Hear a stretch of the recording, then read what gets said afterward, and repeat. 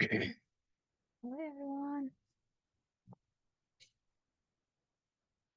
How are you guys doing? Can you hear me? Yes. Thank you, Nitya. How is everyone? How was your week? I mean, week means only yesterday. Monday we had no class. It's a Hi. little fun. I miss the summer. Hmm? I miss the summer, but it's good. Me too. Summer was great, but it went too fast for me. Yeah. Mm, anything else? Do you guys want to talk before we start? I feel Shall like we?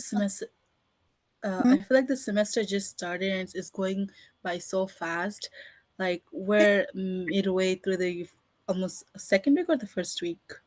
Yeah, for me it's It's going really fast. I know. It's second week and we are having our second class. Total, we are going to have, I believe, 28 days. Among these, we are going to have 2 exam days, 1 no class, and yeah, that's it. So 28 minus 25. We are going to have 25 lecture days. And we will be covering 12 chapters. Not bad. My plan is to cover only the important stuffs instead of going through everything from every topic. And I believe the homework is already open for everyone. So if you guys don't sign up on website, you're going to miss your 2 weeks trial period. And in order to use that opportunity, make sure you sign up as soon as possible. And if you don't plan on buying the access, that means you have 2 weeks to complete everything. So whatever you can cover as much as possible within these 2 weeks. All the homework are open. And I put that deadline for first few homework. I think 2 weeks. I get 2 weeks time for the first few homeworks deadline. And then for the rest, I didn't put any deadline, but you should keep doing all the homework after every lecture. Okay, homework at 20%.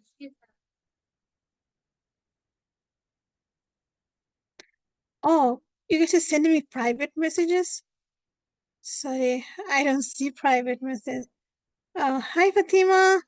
I'm doing fine, Alhamdulillah. How are you? How many tries for the homework? I believe you have unlimited attempts. So try unlimited times. If it doesn't work, let me know. I'll see if they don't have it. Glad to hear that, Fatima. You're doing good. Yeah. Alhamdulillah that you're still alive, doing wonderful.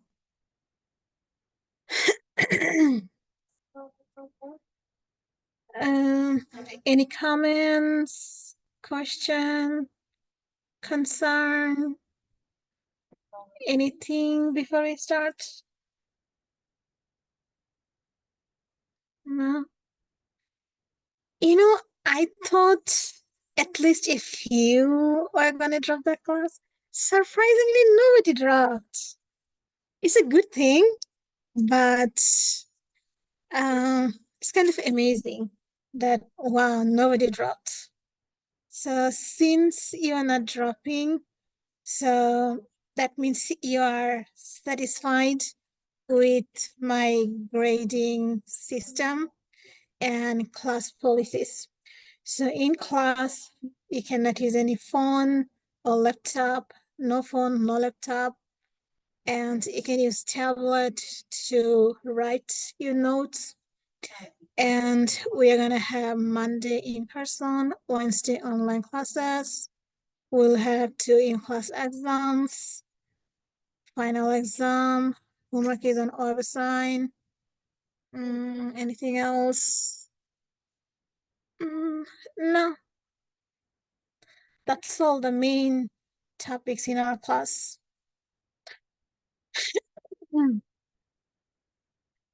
Uh, I did not take attendance yet.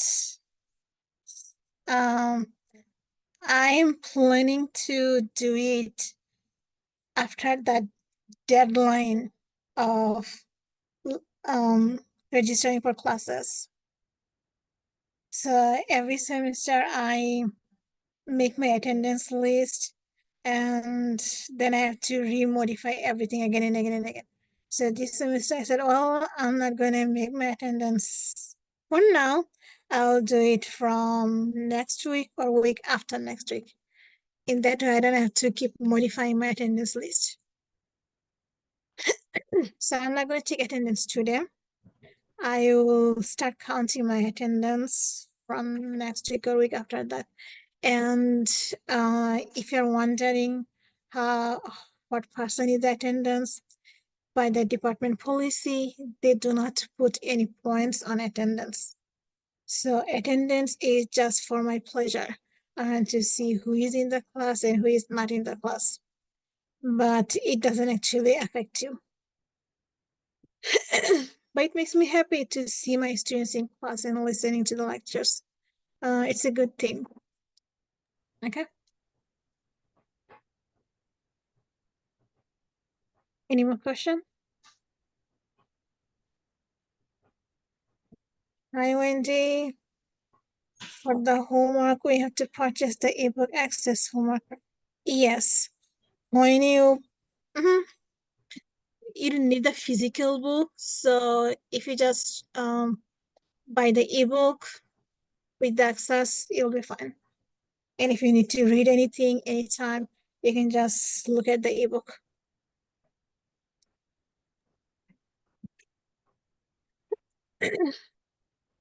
Yasmin,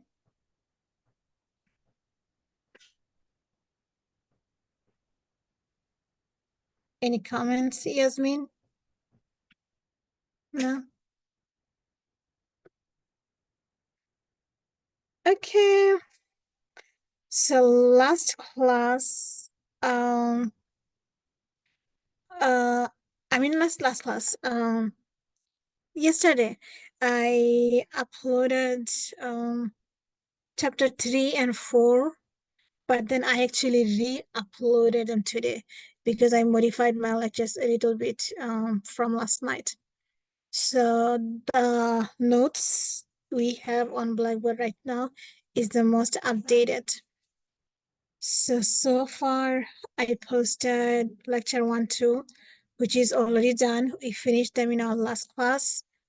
And today we are gonna finish chapter 3, and maybe we'll start chapter 4. If not, then Monday we are gonna start chapter 4, and most likely we'll be able to finish it. And then I'll keep posting the lecture notes. In that way, you don't have to write down every details in class. You can simply listen to them. Okay, Mia, no problem.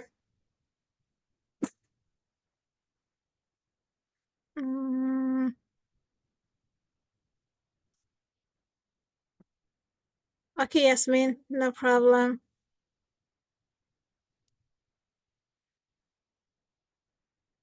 For regular chat, you guys actually don't have to send as a private direct message, because once I convert my laptop into tablet, I don't see messages anymore. But I'm also logged in from another computer. So if you post the messages for everyone, I can see them. But right now it's okay because I'm still using my laptop as a laptop. But when I write, at that time I cannot see them anymore. Has the homework been uploaded? Yes, all the homework is open. So to access them, let me close my chat window. So you go to website, you sign up, sign in, whatever you have. If you already have an account, you sign in. If you don't have an account, you sign up. And then they will, if you want to enroll in a class, let me show you from the beginning. So when you go to our website, the first thing you do is enter a class key, and that class key is available in our syllabus. From there, get the class key and then click on access course. But you need to sign in. Once you sign in, you will see our class and all the homework are available here from chapter 1 to chapter 12. Here you're seeing only 10, no problem. If you click on all, you'll see all the homework. And for fast 4 homework, I set the deadline to be 15th of this month. And for the rest, I said December 10. In that way, you have the whole semester to complete them. And you don't have to keep telling me to extend the homework date. So homework is open for all of you. Make sure you do them after every lecture, at least little by little, complete all of them. The total points, I think, over 1,000 points. If you get all the points, you get full 20% for the homework. And even if you don't get full points, make sure you get as many points as possible. Let me see, what do I see as a student? So as a student, you see this. So I need to click on chapter 1. Mostly chapter 1 to 3, they are multiple choice. Even they are multiple choice, at least try to read them, because in the exam, I will ask simple questions from this. For example,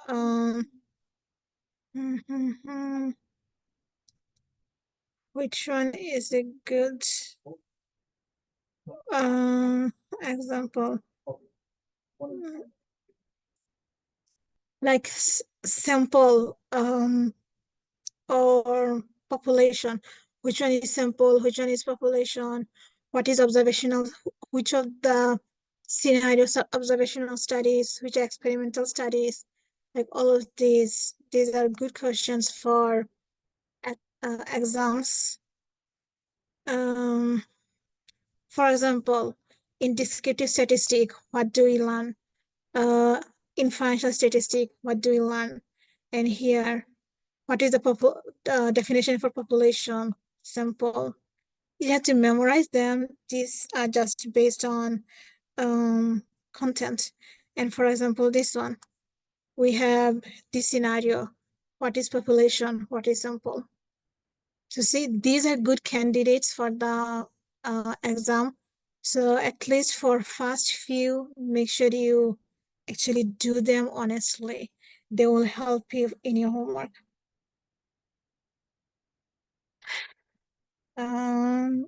And then math portion starts from chapter 4. But today we are going to start chapter 3. And in our Blackboard, every class I'm going to post. To access them, you click on this and it will take you to our lecture sites. So all the videos will be here one after another.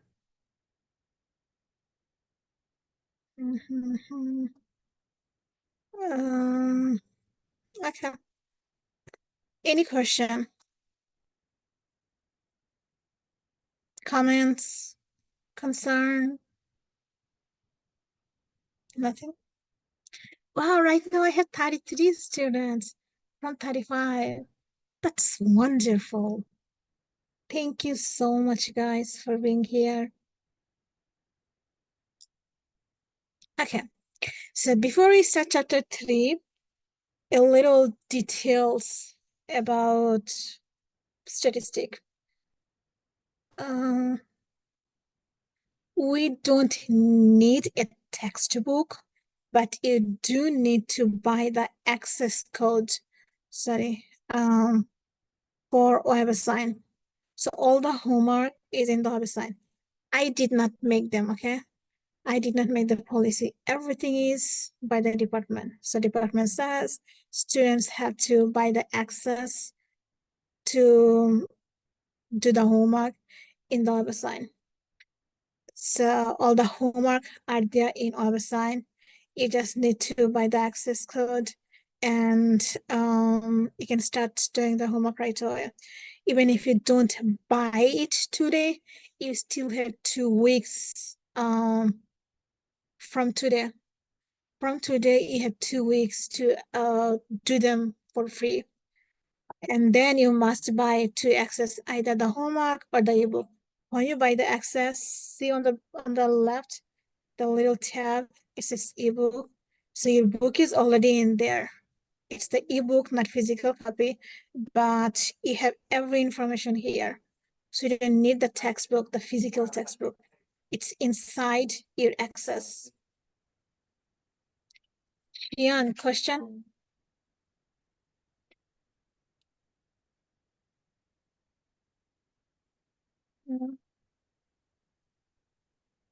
Okay, so chapter 3. Before starting chapter 3, in our last class, we said, oh, we have 2 types of statistic. One is inferential and one is descriptive. So infer, you can already see it means guess.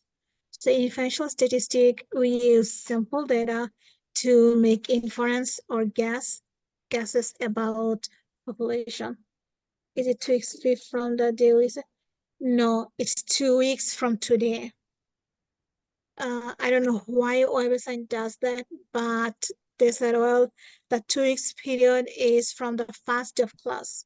So that's why I made the account in such a way so that they will say that our first day of class is from today instead of last week. So starting from today, whether you make the account or not, enroll in the class or not, it doesn't matter. You'll lose your 2 weeks period after exactly 2 weeks from today.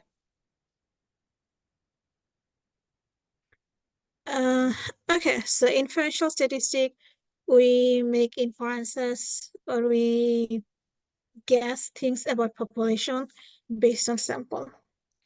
And then we have second type of statistic, it's descriptive statistic. So we describe things. So we present, summarize, and describe our data. Now, when we summarize, there are 4 ways we can do that. Graphical method, tabular method, numerical method, numerical method with 2 different types of information. And in one tab, we have measure of center. It means we want to know about center of the data, so we can use mean median mode. And we have another type of numerical method. It's measure of variability or dispersion. It means how wide our data is. So we can use range, variance, standard deviation. Now we have 2 types of statistical studies. We talked about them in our last class. One is experimental, one is observational. In experimental, we modify our environment so that we can see the results based on what we're applying. And in observational, we do nothing. We just observe the natural setting and we come up with the conclusion. And then we have 2 types of data. One is quantitative data, one is qualitative data. So quantitative, you can already see in the name, it's quantity, means number. So when you work with numbers, numerical skill, numerical data, it's quantitative. Qualitative, you look at quality. So it's non-numerical data. And we use groups, categories for those. Now, to describe qualitative data, qualitative means no numbers, is quality. So we can use tabular method, means tables, and we can use graphical methods. So when you use tables, the best method is using frequency tables or relative frequency tables. And if you use graphical methods, we can use bar graph, comparative bar graph, pie chart, content analysis, or thematic analysis. But when you describe quantitative data, means working with numbers, then we have more ways of describing them. We can use same frequency table. We can use, for graphical method, we can use histogram, dot plot, box plot, stem and leaf plot, scatter plot. All of these are graphing tools. And then we can also use descriptive statistic like mean, median, mode, range, variance, standard deviation, interquartile range, all of these things. So when you work with numbers, we have more options to work with compared to when you work with description, like qualitative. Qualitative don't have much, qualitative data doesn't have much ways of describing them compared to quantitative data. And now chapter 3 talks about graphical method. So in graphical methods, if you observe, we have bar graph, comparative bar graph, pie chart, histogram, stem and leaf, box plot, dot plot, scatter plot. So there are so many graphical methods for both qualitative and quantitative combining. So we start with first frequency distribution. Frequency distribution is for categorical data. It's a table that displays the possible categories along with the associated frequencies or relative frequencies. So what is frequency? It's a number, it's the number of times the category appears in a data set. And relative frequency is frequency divided by total number of observation. So it's like a proportion. If you work with relative frequency in a table, we call it relative frequency distribution. But if you only work with frequency, then we call it frequency distribution. So in this little picture, we have 3 categories: no helmet, non-complaint helmet, and complaint helmet. So 3 categories, and frequency means how many number we have under each category. So when we add all the frequency, it should be the total number of observation.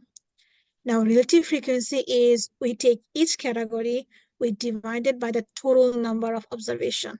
So 250 divided by 806, that gives us 31%. So relative frequency is 0.31. And 40 divided by 806 give us only 5%. So relative frequency, we can represent that as a percent or as a decimal. And if you add all the relative frequency, they must add up to 1 or 100%. If they don't, check your calculation. Frequency distribution table, sometimes it is only frequencies, and sometimes it also uses cumulative frequency with the relative frequency. So relative frequency with the cumulative relative frequency. So on the left, they use frequency and relative frequency. We can actually add one more column, which called cumulative relative frequency. It means we keep adding all the relative frequencies one after another in that column.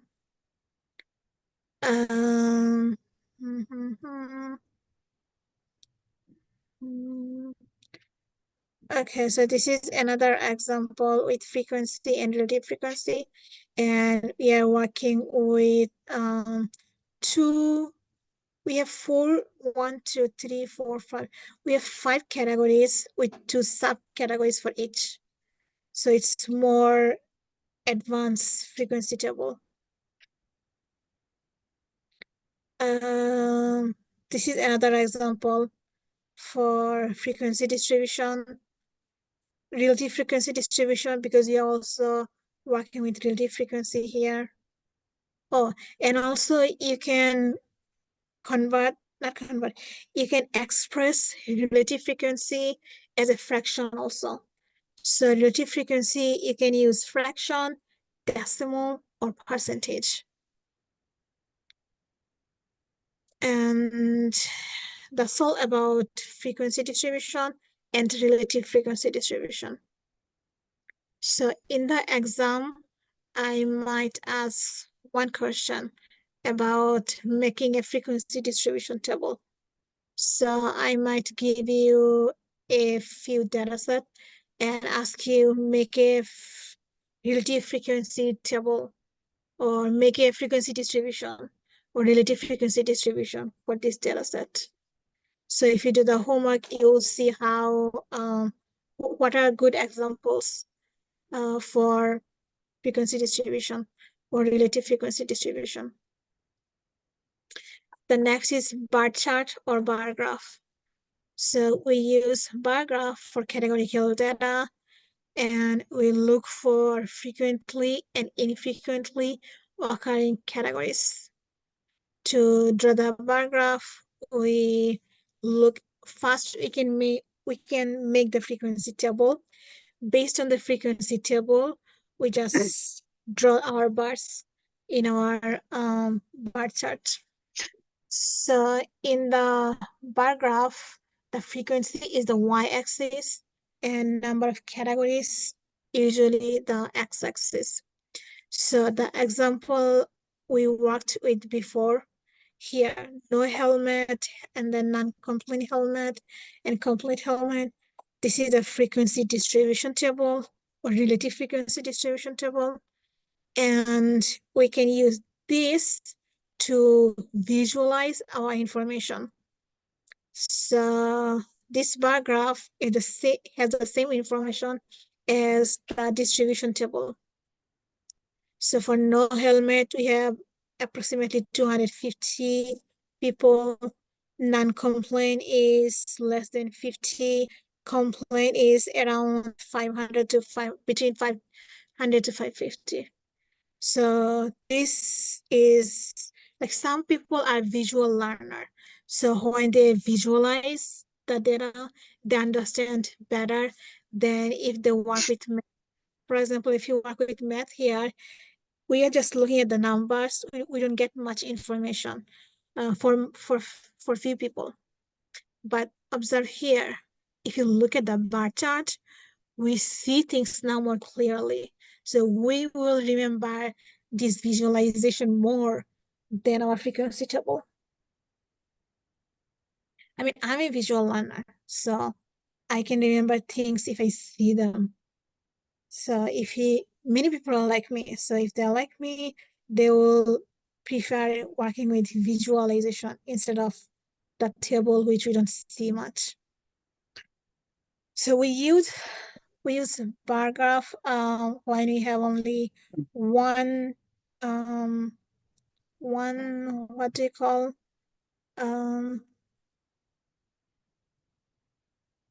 what's the name? One factor to work with, or one variable to work with.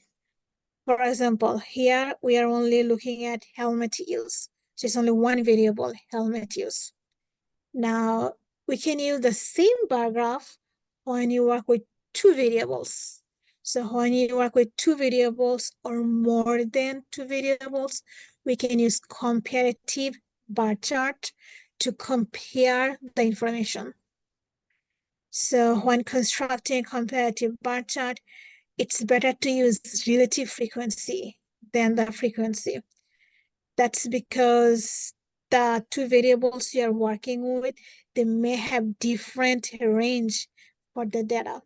So if you try to compare the frequency, it may not make any sense because the numbers are totally different from one another. That's why if you use relative frequency works with percentage. What percent of people wear helmet? What percent of people don't wear helmet? What percent of people who wear helmet is male and what percent is female? So if you work with percentage, it makes sense because all the percent add up to 100%. It's the guarantee. So because we can convert any range into 100% range, so it's always better to use relative frequency when you have more than one variables to work with. For example, this is a good example of comparative bar chart. The top left, this one, it using relative frequency. So if you observe, we are comparing two factors, associate degree and bachelor degree. So some type of uh, survey were done, and then that survey had 5 categories: strongly disagree, strongly agree, disagree, agree, or in the middle, neither. So if you observe the associate and bachelor, they are very close to one another because we converted everything into percentage. So we have a better explanation, a better presentation of the information we got from our data set. On the other hand, if you look at the lower right corner, look at the bars. For bachelor degree, we have a very high bar compared to the associate degree. That's because probably they had more sample size. The sample size for bachelor was larger than the sample size for associate degree. So maybe they had more people who answered the survey that belongs to bachelor group, and maybe only few associates filled the survey. So the numbers are completely different from one another. So we don't get much information, much accurate information if you observe this frequency table, frequency bar. I mean, comparative bar graph with frequency because of the different sample size. So it's always better to use relative frequency, especially when you have different sample size. It's always better to use relative frequency.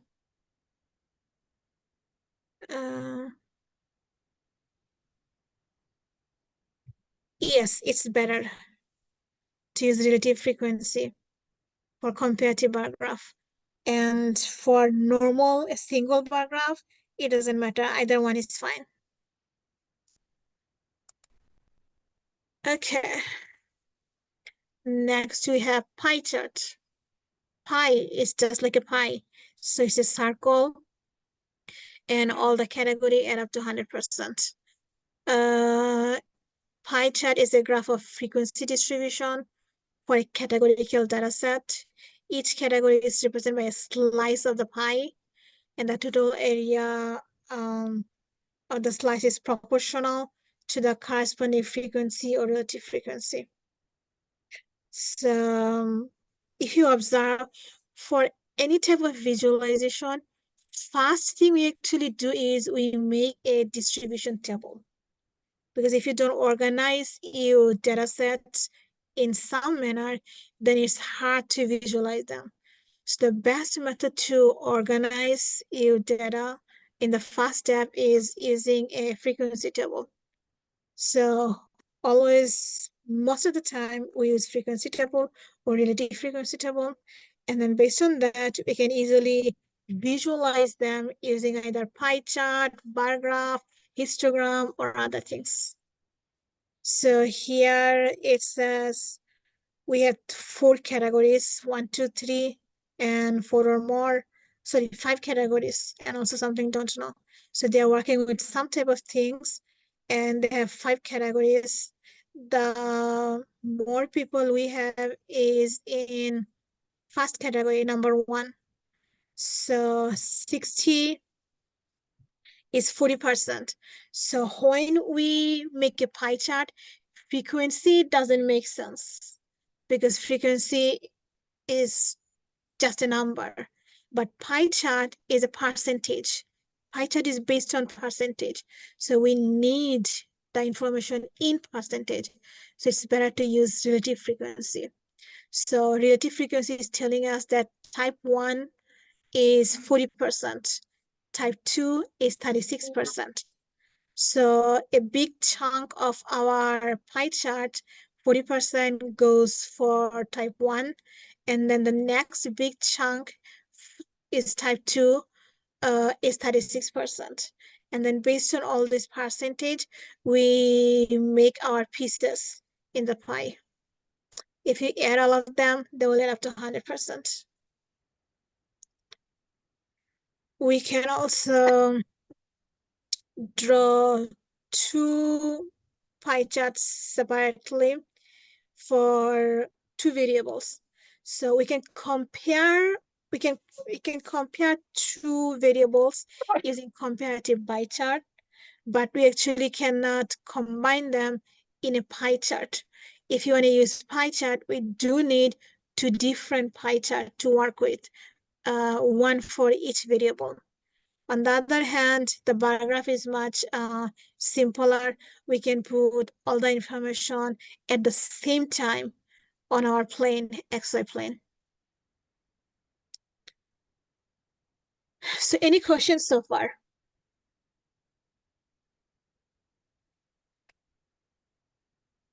No?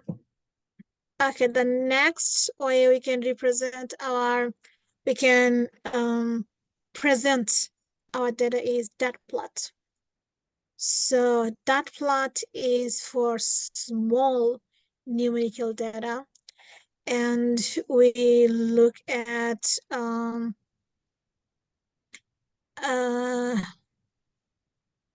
we just observe and see what information we can obtain from there. So dot plots convey information about a representative or typical value in the data set and the extent to which the data values vary, like how things are going on in our data set. We can also take a guess about the shape of the distribution, and we can see, do we have any outlier or not? To draw the dot plot, all we do is plot a dot for each number we have in a number line. That's it. Example.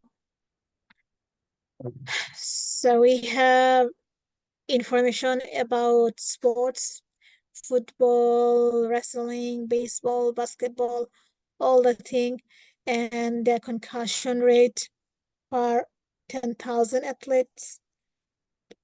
And if you want to visualize this information, we can use the dot plot.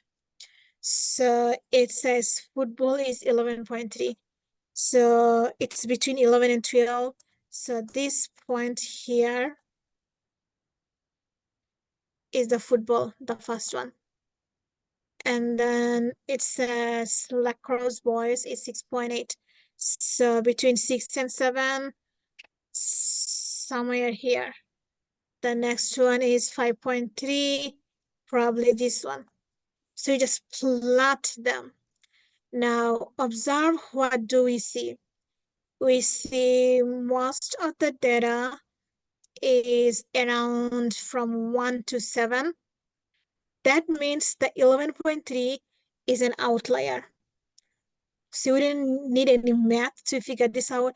Just by observing them, we see we have an outlier. And we can also see we have a mode. It means the number we see the most is this number, 4 point something.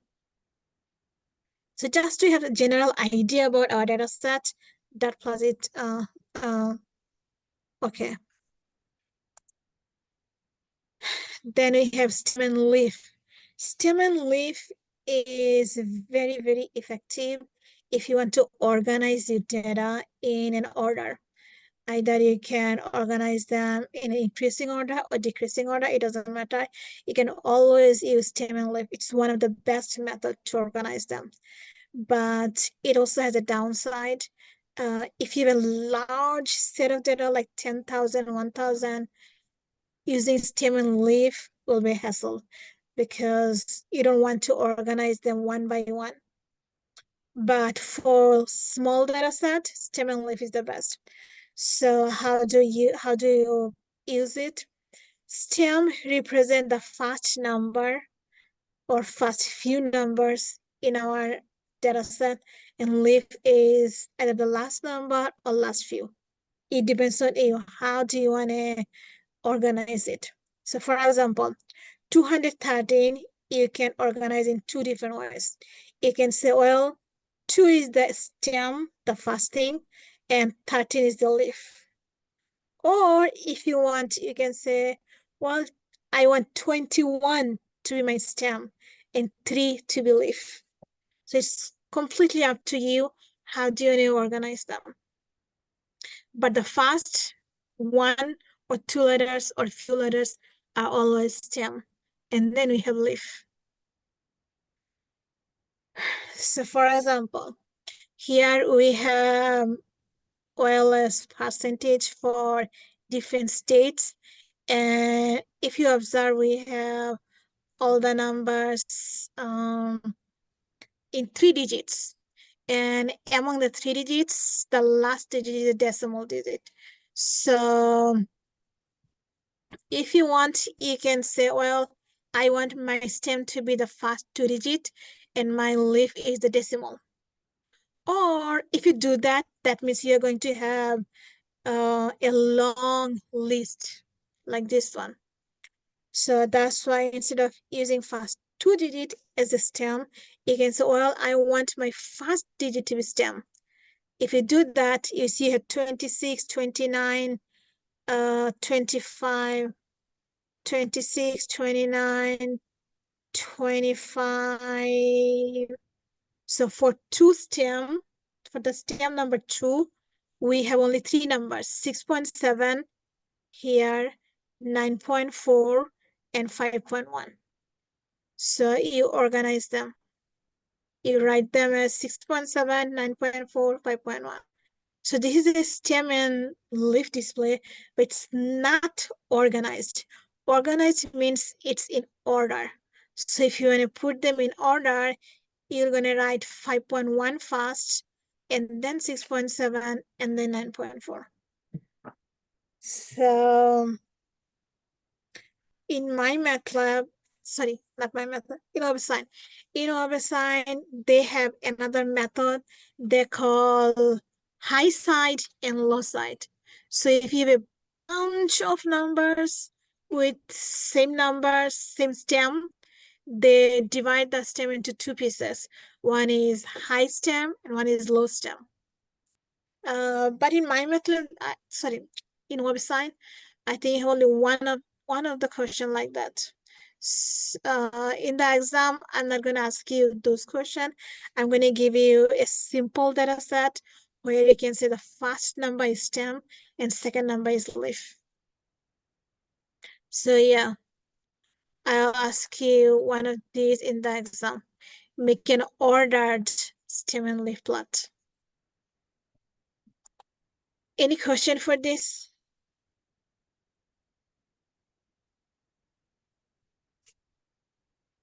No question? Oops.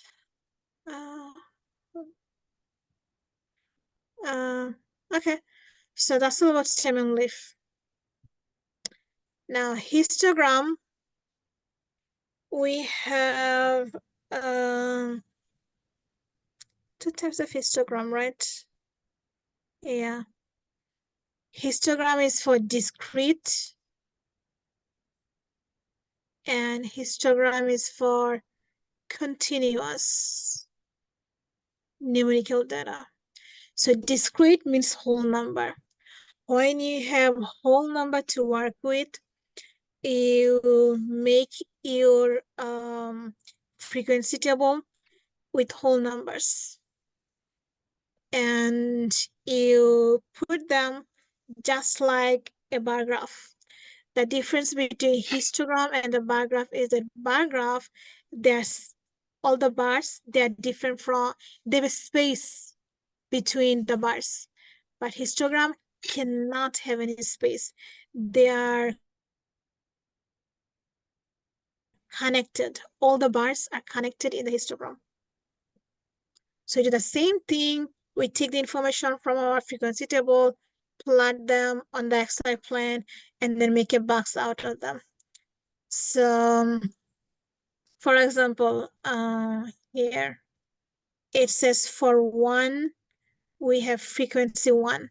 So to draw, what you need to do is you go half unit before 1, half unit after 1. And then you make your bar for that. So the first information 1, 1, for partner 1, we have frequency 1, means the first bar. Now look at this one. For number 7, we have 7 people. It means before 7 and half before 7, half after 7, we make a bar, and that bar has a height of 7. So you can use frequency or relative frequency. It doesn't matter. You have the same frequency, same histogram.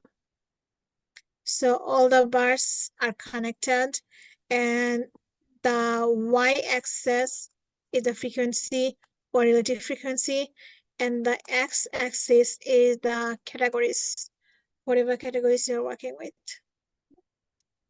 So in the exam, I might ask you to draw a histogram.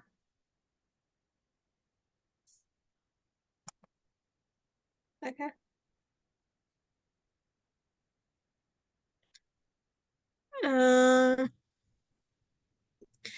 We can also, the X bar, we don't have to put whole number. We can also use interval.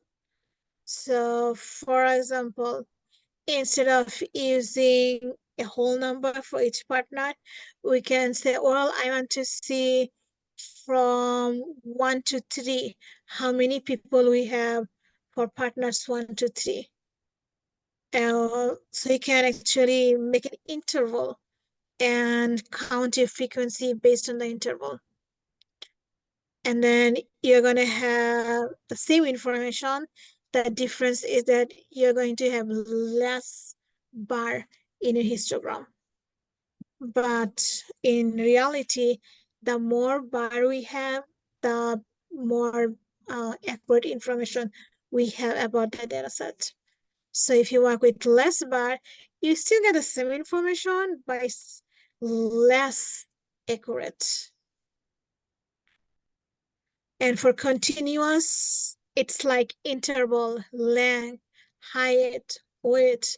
So we cannot use a number. So we definitely have to use an interval for our categories. And for continuous, we supposed to use relative frequency because they don't have whole number to work with. And since they don't have whole numbers to work with, so the length for each category, we actually have to calculate that. So for discrete histogram, for discrete data set, we didn't need much information. We just observed our data set and we plot them in the number line directly, or XY plane directly. But for continuous, we need to calculate what would be our length for each bar, and it's called density. sorry, density is the height. We need to see what is the height. We have to calculate what is the height of our bars in the histogram. But for our class, we are not going to do any continuous because this class is based on discrete. We'll have to create two discrete for two variable case. Yes. Bar graph have a gap, so we could put more bars together, but histogram don't have gaps. So yeah, it's hard to put two information in one histogram. So we should use two histogram for two variables. Unless they work with colors or something. Do we have any information about two? No. So yeah, one variable, one histogram. And then we have three types of histogram: unimodal, bimodal, and multimodal. So in this case, modal means peak. When we have one highest peak, it's called unimodal. When you have two peaks that are high, we call them bimodal. And if you have more than two high peaks like this, we call them multimodal. Do the values on the horizontal axis have to be written slanted? No, they did it to fit the numbers.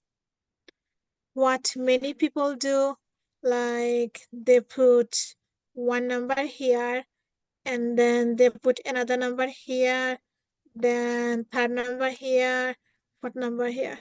Like it's up to you how you want to put them. The main idea is we want to see all the numbers. No problem. Okay, so three types of histogram. And for unimodal, we have three scenarios. One is we may have symmetric. It means we have a highest peak and we have the same information on the left and on the right. So it's symmetric bell curve. Or we may have a curve that is skewed on the right side, means it's going down slightly on the right side. So we call them positive skew or skew right. It's called positive skew because in the number line, we have all the positive number on the right and all the negative number on the left. So since we are going down on the right side, so it's a positive skew or skew to the right. Or we have going down on the left side. So we have highest peak on the right side, and on the left side we have lower data set. So it's called skew to the left or negative skew. So three scenarios for unimodal, and we have either unimodal, bimodal, or multimodal. But in this class, we only work with unimodal. We ignore bimodal or multimodal. And with this, we are done with our chapter 3. Oh no, we have one more. Scatter plot. After scatter plot, we'll be done with chapter 3. So scatter plot, just like its name, it's scattered plot. So we plot a bunch of points on XY plane and we just observe them. That's it. And it's called scatter plot because the data set, they're scattered around all over the places on the XY plane.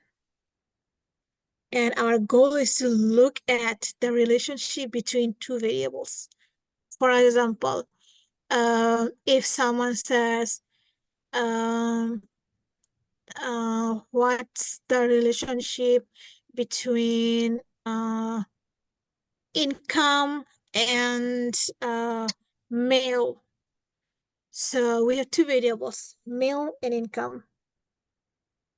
So we put them together on the same plot, on the same plane, and see, do we actually have any relationship or we don't?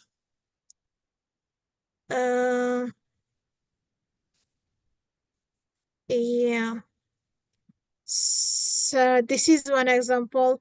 They are comparing sodium and calories. So the amount of sodium and amount of calories, do they have any relationship? Um, so, oh, sorry. This scatter plot is based on fat and calories. So we have three things to look at, but we are just comparing these two. Fat and calories, do they have any type of relationship? So they put when fat is 2, we have 268 calories. So when fat is 2, we have 268. This is the data set. This is the point for the first number.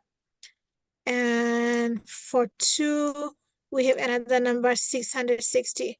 660, I believe this is the number. So you just plot them. X-axis is one variable, y-axis is another variable, and you just plot them. When you plot, observe, we can only see that we have an outlier. We can clearly see that. But this is not our goal. Our goal is to see, do we have any type of relationship? Well, it looks like we do, because observe, we can actually, all these numbers, they're closer to one another.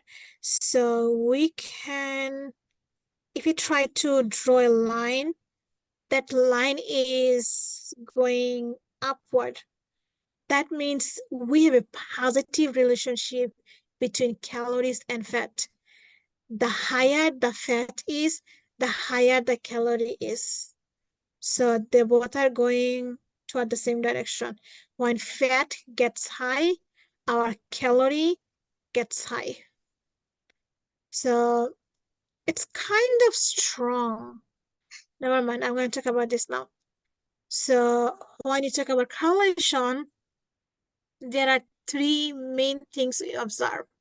The strength of the correlation. Is it positive? Not strength, sorry. The direction. So the first things are direction. I'm writing with my mouse, so it's not so good. Direction.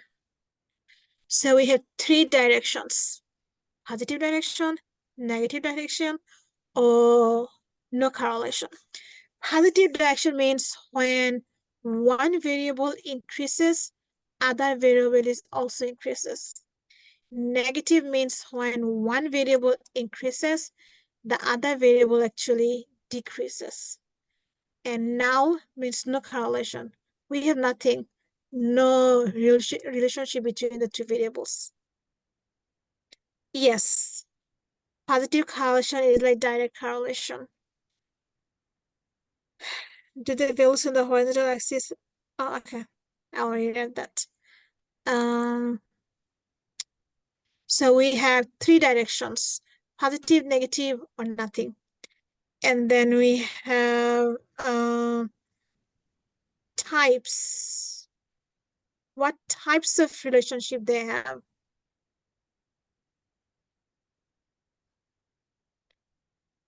If they give us a line, we call them a linear correlation.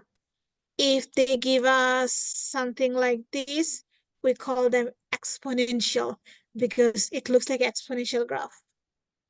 Or if our data set give this, it's a U shape. We have other shape also, but these are just few examples.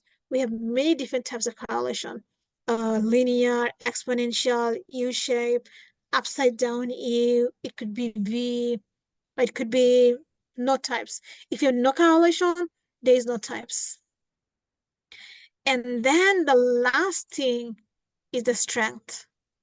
Strength of the correlation. It means how strongly two variables are related. So we have three things. They're very strongly related. Means all the data points, they are very close to one another. or they're weakly related. It means the points, they have a direction, but the data points, they're not so close. They're kind of close, not very close. Or we have no correlation at all.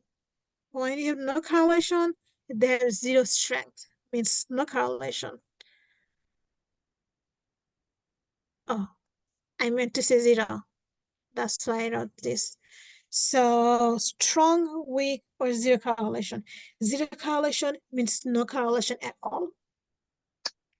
So for your info, I'm going to ask this in the exam. Like, I may give you a picture and say what type of correlation is this, positive, negative, or not. And then what types of correlation we have, and what strength we have for this correlation. So these are just basic true, false, fill in the blank, those questions.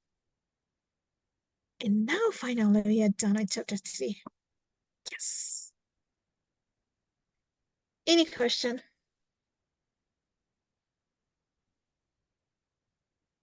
Was anything unclear, confusing for anyone? No question? If you have no question, that means it's time to move on to chapter 4. And now our fun part starts. True. Lots of memorization or understanding. Stem and leaf. Yeah, I'm going to do this in chapter 4. Stem and leaf is working with math. It actually falls under numerical methods for describing data. So chapter 3 talks about visualizing the data, and chapter 4 talks about working with numbers, numerical methods of describing data. So we are going to talk about mean, median, mode, range, variance, standard deviation, and a few things.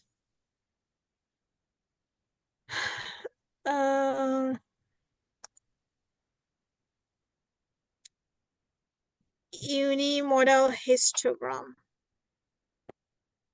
Unimodal histogram. What do you want me to go over from unimodal histogram? So unimodal means you have only one highest peak. And then you have 3 scenarios. Either that peak is exactly in the middle, or that peak is on the left side, or that peak is on the right side. Now, depending on the position, we give them 3 different names. If that peak is exactly in the middle, we call that symmetric unimodal. If that peak is on the left side, then it's positive skew. If that peak is on the right side, that means it's negative skew. Skew means it's going down very fast. Difference between positive and negative is, for a positive skew, we are going down quick. Look at the symmetric. We are increasing little by little by little. And also we are decreasing little by little by little. So it's a symmetric. We are not suddenly going up or suddenly going down. So when it suddenly go down on the right side, we call it positive skew or skew to the right. And if we suddenly increase real fast, then we are skew on the left side, means we have a big change on the left. Okay. We're going to talk about this more in chapter 4. So chapter 4, first thing is, let's say we have a bunch of data in our data set, and we want to know what information we can get from them. Well, first thing we can see is we can talk about the center of the data, like what is happening in the middle of our data set. So when you talk about the center, we can use mean, median, mode. That's why these three makes measure of central tendency or measure of center. When you want to measure the center for a data set, we use mean, median, mode. And example, mean means average, so we add all the numbers and we divide by how many numbers we have. And sample means we add all the numbers in the sample. For population means it's actually very hard to calculate, so we don't always find them. Population mean is defined as the average of all the elements in the population. It is a mean of a group characteristic, where group refers to elements of the population like items, person, etc. And the characteristic is the item of interest. As the population is very large and not known, the population mean is unknown constant and denoted by mu. So sample mean, we can easily figure them out, and we represent sample mean with X and a bar on the top, X bar. Population mean, it's very hard to figure out. We can only approximate that because our population is a big number. So usually it's unknown. Not always, but usually it's unknown. And we denote that this Greek letter, it's called mu, M-U. Let's see. Any question? No. Okay.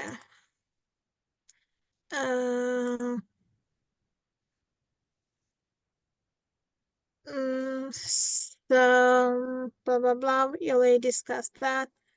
Now sample proportion of success. So anytime we represent sample proportion, we use the symbol small p with the hat on the top. If we want to represent population proportion, it's just the small p. If you have just small p, it means population proportion of success. And the small p with the hat, it means sample proportion of success. So it means if you have a sample, in that sample, how many success you have. And success means how many times you see the thing you want to see. Example, let's say we have 15 cell phone users and we ask them whether they're satisfied or not satisfied with their service. And we want to see how many people actually satisfied with their service. So instead of talking about how many people, we want to see what percent of the sample is satisfied.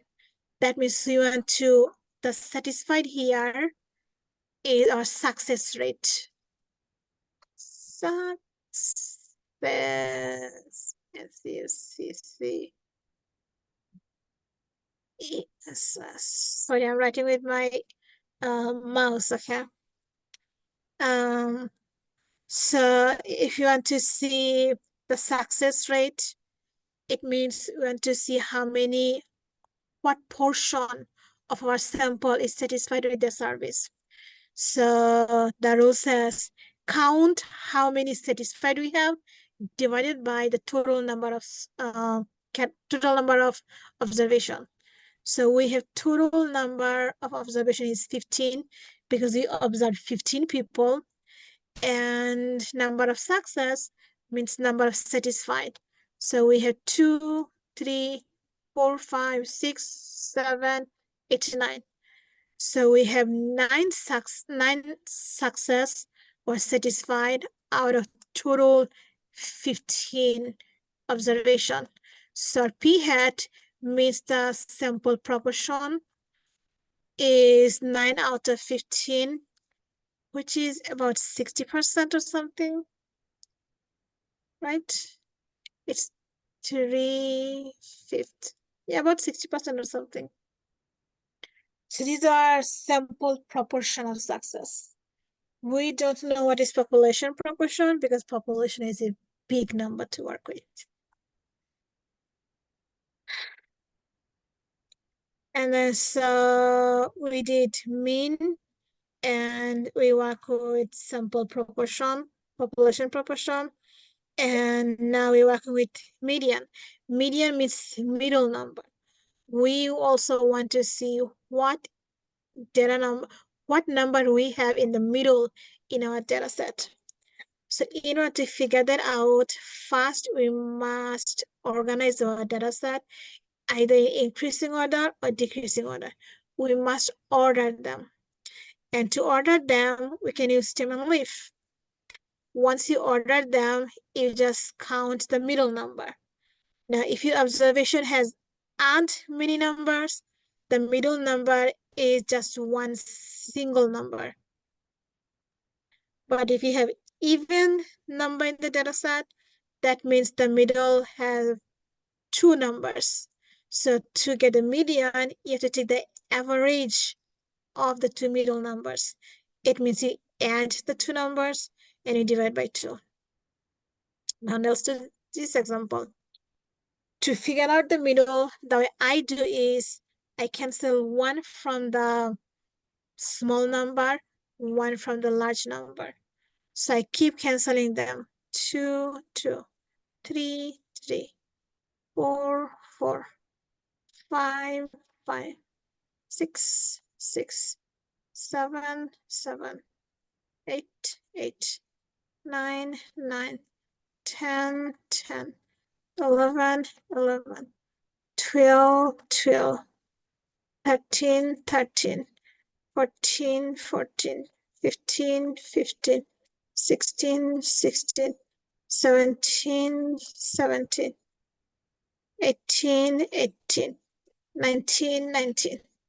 You see, all the numbers got canceled and you're left with two numbers in the middle. Since you have two numbers in the middle, our middle number is the average of these two. So you add them, divide by 2, whatever you get, that's our median. That's how I do it, but if you find other methods are easy for you to figure out, you can use your method. But I love just cancellation. 1 from the left, 1 from the right. Mode means what number you see the most. So if you have a bunch of data, you just observe what number you see the most. That is your mode. Your mode doesn't have to be just one number. Sometimes it can be 2 numbers, 3 numbers, 4 numbers, 5 numbers. It doesn't matter how many numbers you have. It's just same number, how many times you see. If you see the number the most, that gives you the mode. And you can also figure out the mode from histogram or bar graph. The tallest bar, whatever number we have for the tallest bar, that is our mode. Now we have a relationship between mean, median, and mode. When mean, median, mode, they are the same number, we get a symmetric histogram, a symmetric model. But when we have mean is the largest, then median, then mode.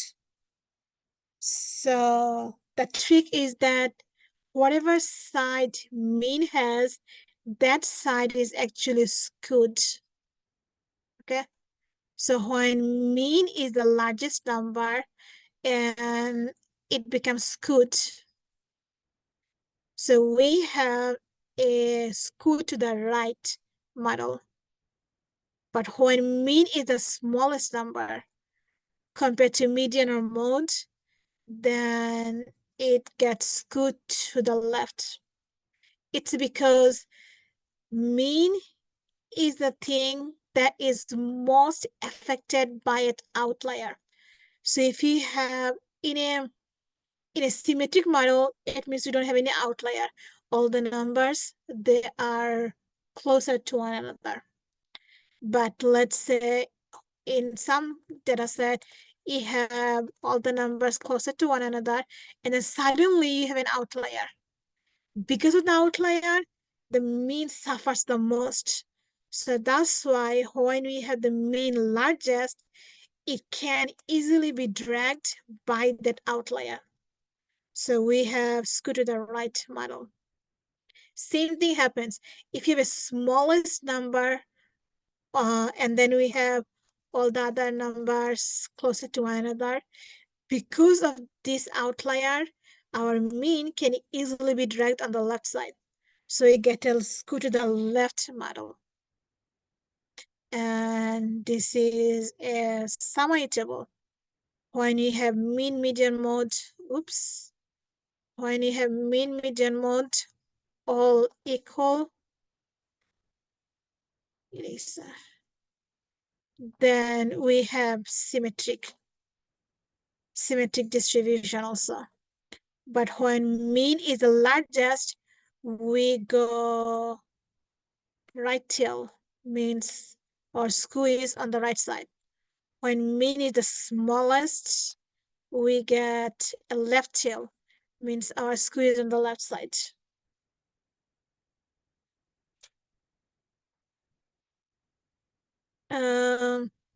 And also, which of these best describe our data?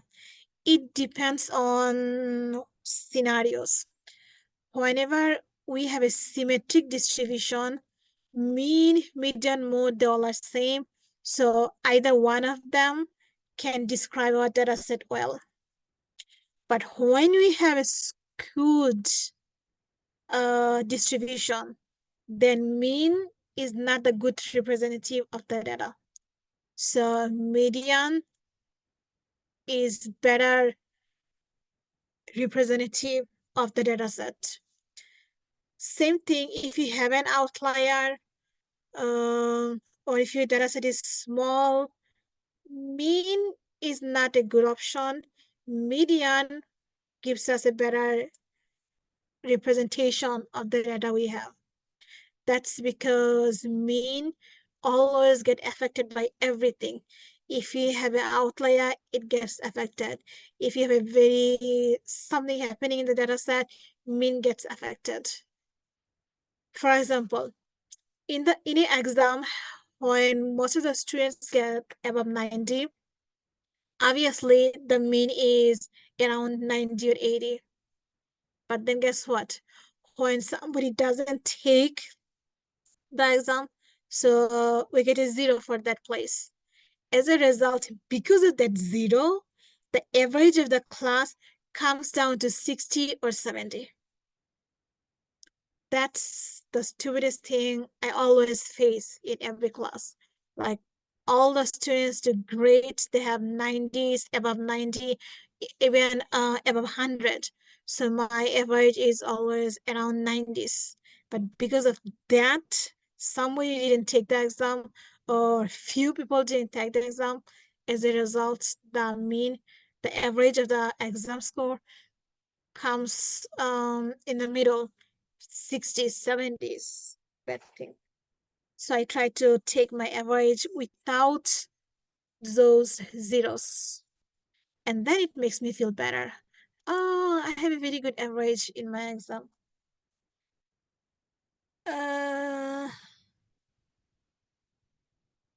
Oh man, it's already over, class. I'm so sorry. I didn't even notice my time. I'm really, really sorry, guys. So yeah, thank you for telling me, Nitya. See, when I teach, I forget my time. I'm so sorry about that. So yeah, thank you so much, everyone. Have a wonderful weekend. See you all again in person on Monday. Have a good night. You too. Bye. Thank you. Thank Bye-bye. you. Bye. Bye. I have a quick question. No problem. Go ahead. Where will we start from tomorrow's lecture? Will it be from this slide? Yes. I mean, sorry, not tomorrow, Monday. Mm-hmm. So from the next one. Okay. Is that slide 13? Yes. Okay.